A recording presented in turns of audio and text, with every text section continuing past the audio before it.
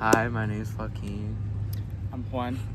and today we're going to be discussing about our topic that we learned first semester, which is... Ionic and covalent bonding. Okay, Juan, start us off and tell us about ionic bonding. Ionic bonding is when one atom transfers an atom to another one, typically between a metal and a non-metal. The metal becomes a positive and the non-metal becomes a negative. An example of this would be sodium chloride, and essentially what it would look like is you have two atoms, not in particular, like this, and the metal is going to transfer one of their electrons to the other one.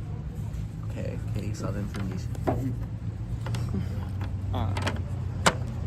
And essentially, the reason why it's like this is that some metals need to get a electron transferred to them in order to become stable, while others need to lose one or sometimes a couple electrons to become stable.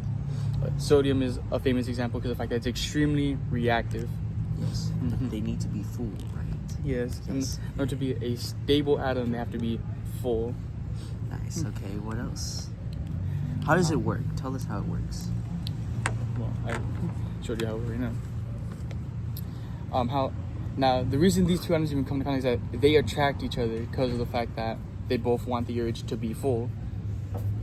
So let's remove the borrowed electron here, which have two atoms, and they attract each other. And then once they get close enough, boom, transfer.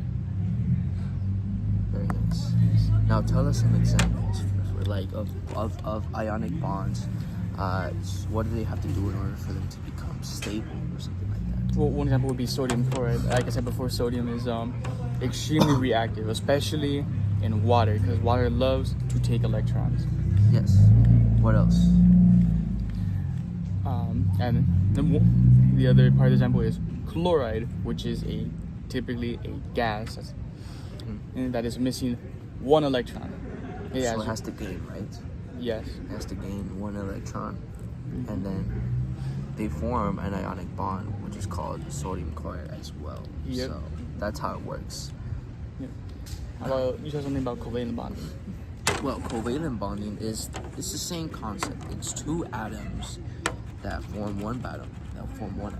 Bond. So two atoms get together to become one bond. And bonds usually can be actually more than two atoms as well. But in this case, it's only one bond, which is two atoms. So covalent bond is when electrons share between two atoms. So, and these bonds are usually non-metals.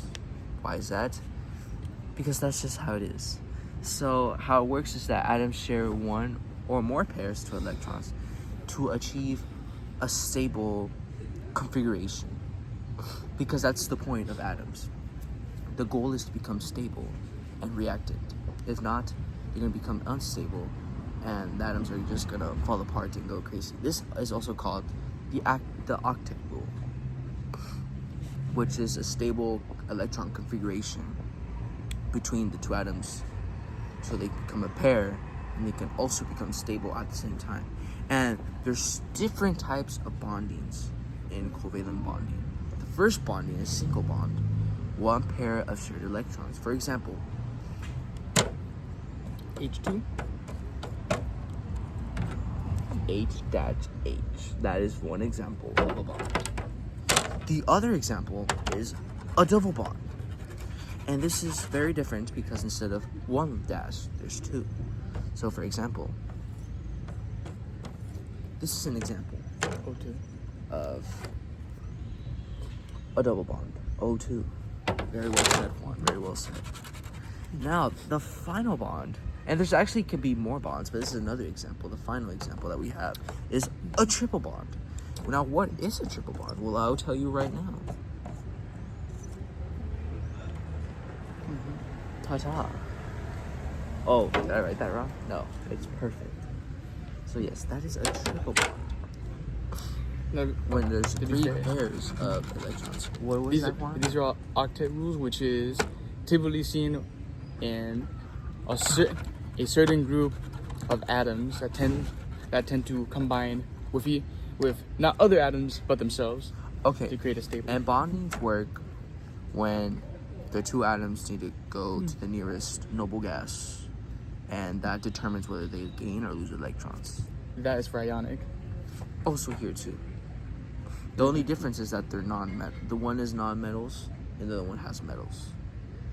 And those are usually the more reactive ones, with the ones with the metals. Now, an example of a bonding of a covalent is water, because it's two non-metals.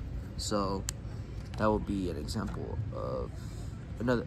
And the bonding is H2O, because each hydrogen shares one electron with oxygen, and that forms two covalent bonds. So this is an example of a double bond.